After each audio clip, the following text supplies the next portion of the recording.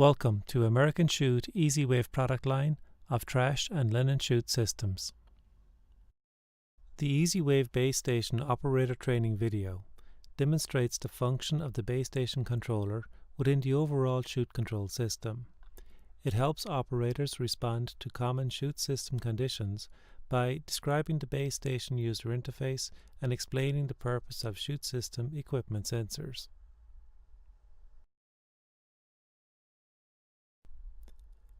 Typically, the base station will be mounted on a wall near the bottom of the chute and plugged into a 120 volt AC outlet.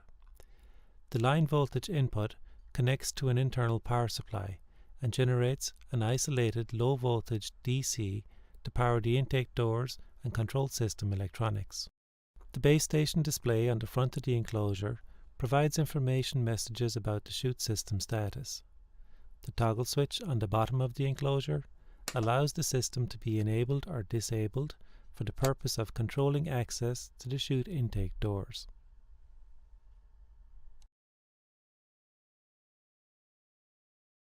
The base station controller contains electronic hardware, software programming, and configuration parameters. Communication ports allow the base station controller to be connected to multiple intake doors and additional chute system equipment. The interconnections enable the base station to operate as a centralized master controller, monitoring the chute system status and controlling chute access by locking and unlocking individual intake doors based on user input and the control system programming logic. As part of the chute system installation, a communication cable is routed from the base station through flexible conduit up to the first door above the base station, where it is connected to door controller electronics inside the door frame. A second cable is routed from this point up to the next door and connected in a similar manner. Connections are repeated in this fashion from door to door until the last door on the top floor is connected. When an intake door on the top floor is the final component in the communication chain, a special termination plug will be installed to loop communication signals back down to the base station. The control system may be configured for different types of chute options. For example, bi-sorter or tri-sorter equipment may be added to separate 2 or 3 different types of waste within the chute. To change the control system in this manner, the base station configuration is modified by using parameter settings to add or remove optional chute equipment. This flexible system design simplifies the process of matching customer needs to specific site requirements.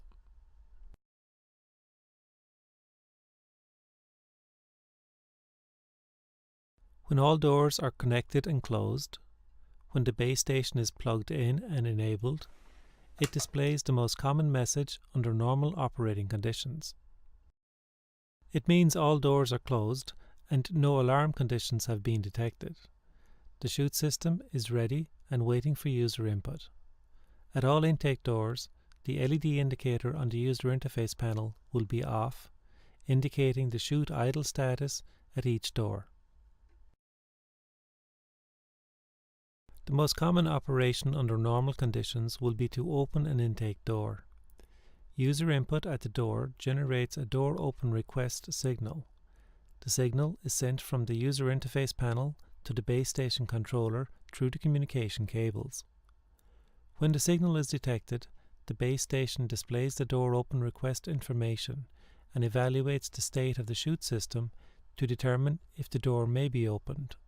At this stage, the user can open the door, drop in waste, and the door closes. Equipment sensors detect when the door closes, and the base station uses this signal to determine waste is falling through the chute.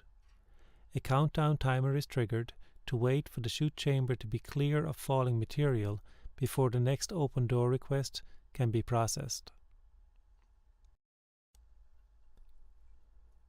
Due to the frequency of opening intake doors, it is possible a door may not close correctly sometimes. it might be blocked by an obstruction or held open intentionally. In this case, the base station displays a door stuck open message and the associated floor level number. The information guides personnel to the source of the problem, and after the door is closed, the error is cleared automatically. The time limit for this counter is set by the base station configuration parameter Open Door Alarm.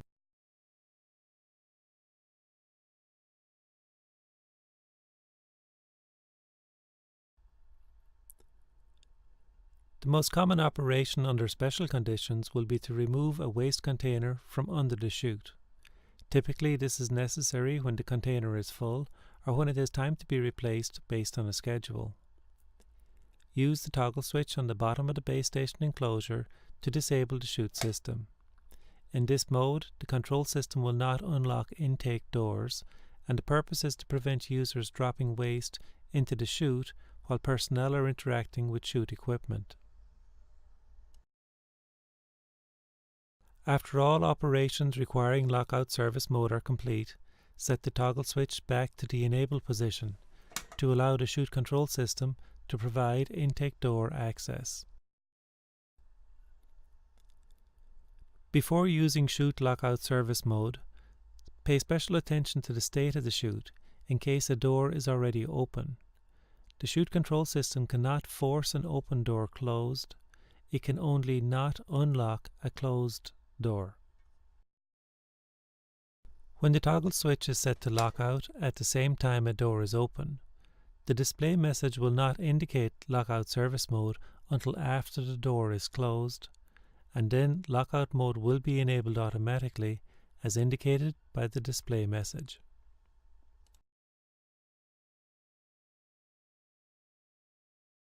Some of the most common optional devices are heat sensors and smoke detectors. Installing this type of equipment requires special connector modules to attach device wiring to the control system. Electrically, devices are installed in series with the communication cables interconnecting all intake doors to the base station. When devices are activated, internal switch contacts open and interrupt communication signals between the base station and intake doors.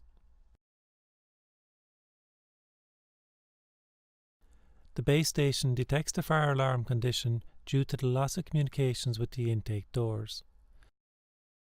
A fire alarm message is displayed and output alarm signals are generated to activate fire-related chute system equipment. For example, if a fire door release device is connected, it will be activated and the fire door rolls into the closed position. At all intake doors, the status LED will be red and the doors will be locked.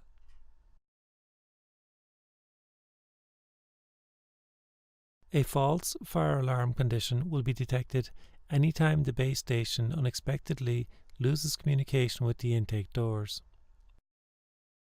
This will happen if a communication cable is disconnected from an intake door or any auxiliary devices. A damaged communication cable or a bad signal connection would be another possibility.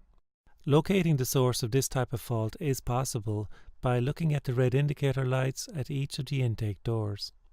The communication cable also provides low voltage DC power to each door, and the indicator will not be read at any of the doors above the source of the fault because there will be no power available to illuminate the LED. The communication termination plug installed at the top door impacts the communication signals in a similar manner. If the plug is removed or missing, the communication signals will be interrupted and the base station will generate a false fire alarm condition.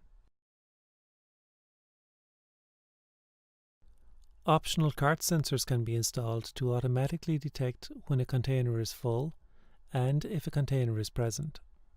Sensors mounted on brackets located near waste containers are comprised of two pieces, a transmitter and a reflector.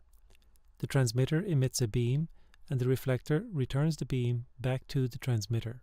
In the case of the cart full sensors, when an obstruction blocks the path of the beam does not return to the transmitter and a cart full condition is detected. In the case of the cart present sensor, the sides of the cart block the path of the beam and a cart present condition is detected.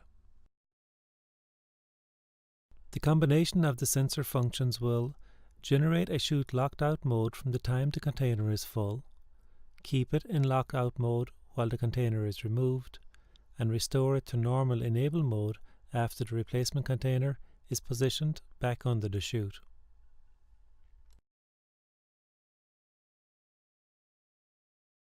A false detection will occur if the reflector is out of alignment with the transmitter, or if the surface of the reflector is not clean. Over time, the reflector can become coated with dust or dirt, and this will trigger false detections. Gently cleaning the surface of the reflector will resolve the problem. It is also recommended carts be securely locked in place under the chute to prevent the impact of falling waste, accidentally moving the carts out of position. Presenting the full product line of optional equipment is beyond the scope of this video. Please refer to additional documentation for more information about the following products: external fire alarm interface, fire door release devices, compactor interface kits, washdown systems, booster power supplies, bi-sorter and tri-sorter equipment. This concludes our training video, and thank you for choosing American Chute Easy Wave product line of trash and linen chute systems. Please refer to the Easy Wave chute system operating instructions and the Easy Wave chute system installation manual for additional information.